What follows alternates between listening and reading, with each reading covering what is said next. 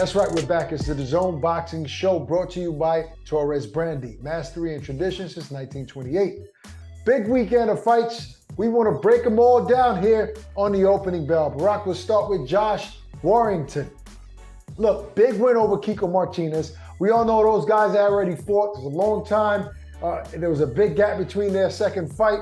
So we expected fireworks, but Kiko Martinez was coming off a big knockout win over Kid Galahad. So I think he went into that fight as a favorite, and Josh Warrington just steamrolled him. The best I've seen Josh Warrington, and I'm looking forward to seeing him again. He's going to be fighting against Alberto Lopez in that fight. Who, in the featherweight division, I'm thinking about Warrington for big fights, and Navarrete is the best fight out there to me as far as matchup-wise.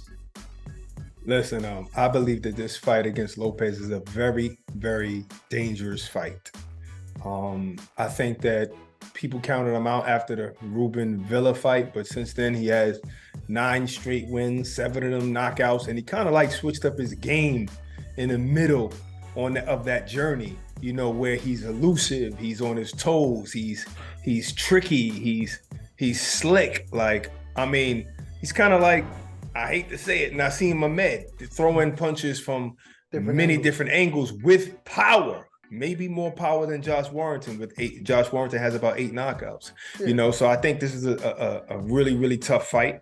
But Josh Warrington never really shies away from a tough fight. Now, we just had a theme of trilogies for this weekend. I was kind of looking forward to seeing him fight Maurice Lara for the 3rd time. It would be technically a trilogy, even though the second one ended in a TD, technical decision, but it is what it is. Lopez is a good fighter, but that's the thing. When you get these fighters that nobody's heard of, sometimes they're dangerous, and I think Lopez is a dangerous fighter. I think so too. With all that being said, I think. And when I say nobody, I just mean casual fans. Okay, Barack, with all that being said, I still think Josh Warrington gets past Lopez. He has the momentum. Let's move on to the next Lopez fight. has the momentum as well. He got 9 straight wins. It's all right, but it's not highlighted like Warrington, all right? Let's move on to the next fight that's happening in the weekend. Brenton Room, our guy Mick Collin is fighting Kareem Gurfy. Barack, I like Mick. I mean, we all saw his war, his battle. Yes, he got knocked out of the ring in his last fight, but when I tell you, it was an epic war. It was an epic war. He is a true Irish warrior. Yes, but this is not like the Josh Warrington Lopez fight. I can't name his opponents off the top, but I can tell you that he's just a skillful fighter and very tricky. But when you talk about Mick Collin, he's coming off momentum off his last fight. Now, I know he had that tough fight with Lee Wood, but it was a tough fight for Lee Wood as well, and that was a great fight candidate for fight of the year. But the Mariaga fight, total domination, dropped him about 3 times. Come on, that's momentum. That's a fighter that's reinventing himself. And Kareem Gurfy, he had just got knocked out by Jordan Gill in February on DAZN. And that was a brutal, brutal knockout. It's tough to come back from stuff like that. It's going to be tough going against Michael Collin, especially with Michael Collin wanting to prove himself. Yeah, no doubt about that. Let's talk about the sleeper of the weekend. A lot of people talking about Sandor Martin is going to cause trouble for the young lion in Teofimo Lopez. We all saw what he was able to do with Mikey Garcia, but let's be honest, Barack, that's a Mikey Garcia that really didn't have a desire to fight. You and I sat with his brother Robert Garcia in Las Vegas. There you go. You about to tell secret stuff. No.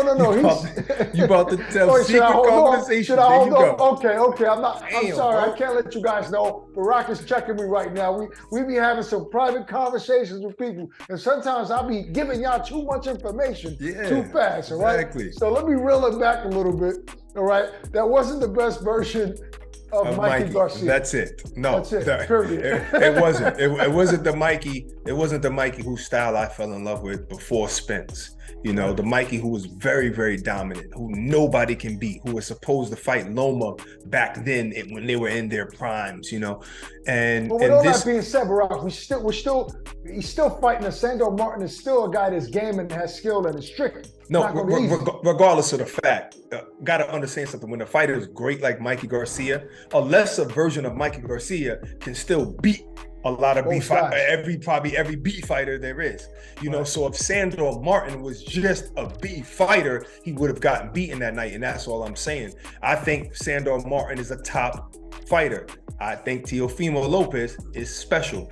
I can't wait to see it. Yeah, but I just can't see Teofimo being derailed now after what he's gone through and being in a division that he's comfortable in at 140. He looked phenomenal his last fight. I think Sando Martin is going to have a long night with Teofimo Lopez. And finally, the return of the pound-for-pound top dog, Bud Terence Crawford. That's right. In Omaha, Nebraska, in his hometown, he's going to defend his WBO title against David Avanesian. We all know he joined teams with BLK Prime. This is a new venture, new deal, big money. But this is a showcase fight, right? We are waiting for Terence Crawford versus Errol Spence Jr. At least that's what most fight fans are waiting for. But as we've watched before, you and I many times, Canelo fight guys like Yildirim, right? We've seen guys like Errol Spence fight guys like Campos, right? So even though we foresee what's going to happen, we need to see the man back in the ring. We need to see Terence Crawford doing what he does best, fight, annihilate. Are you questioning Terence Crawford's skill or abilities? No, how do you say that? Well, how does that make sense? You said we need to see him back in there. Like No, I'm saying that us as fight fans, first off, you don't know. We just need to see him. We need to see him fight. We love the action that he brings to the table, the excitement that he brings to the sport. We need to see that as fight fans. And that's why he actually took this fight, because he was trying to negotiate the Spence fight, felt like he wasn't getting treated well. And he was like, well, y'all not going to let me just pass this whole year without fighting. I'm going to pick a fighter, and he picked Avanesian. And he also said, I'm not waiting on no man to feed my family, to feed my kids. I'm not waiting on anybody. So, when I say, even though we are predicting that Bud is going to be too much for Avanesian is still a game fighter. I don't think so. I think Avanesian wins this one by unanimous decision. Right. So my point being is that he's going to put on a show in Omaha, Nebraska. Of course he is. That's what he's setting out to do. He's Terence Crawford. In his hometown. Absolutely. So, I don't even want to make a prediction for this fight. I'm pretty sure that we all know what's going to happen on Saturday night. You know why? Because that's Bud. Listen, this doesn't always hold true, but Bud stopped the guy. There are some exceptions. Bud stops the guy, Kavalaskis, who beat Avanesian. Now, Avanesian is a tough fighter for somebody else maybe, but Bud has shown himself to be incredible. Stopping Sean Porter, come on, hurting Sean Porter like that. I've never seen Sean Porter hurt like that.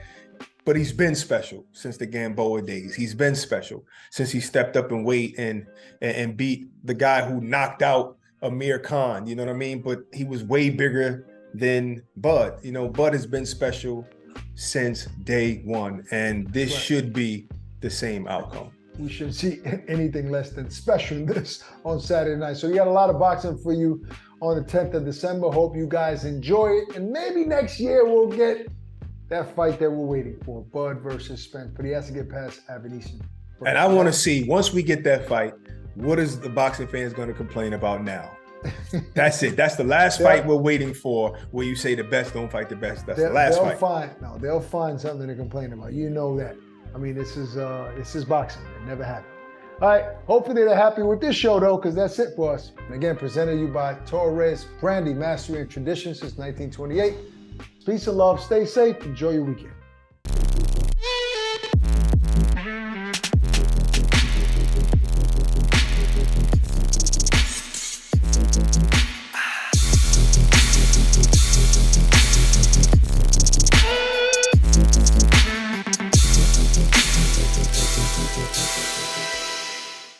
Introducing the new DAZN Boxing Show podcast. No matter the time or the place, getting your boxing content has become easier than ever. Tune in as we give you exclusive insights, predictions, fight night recaps, and more alongside the biggest names in the game.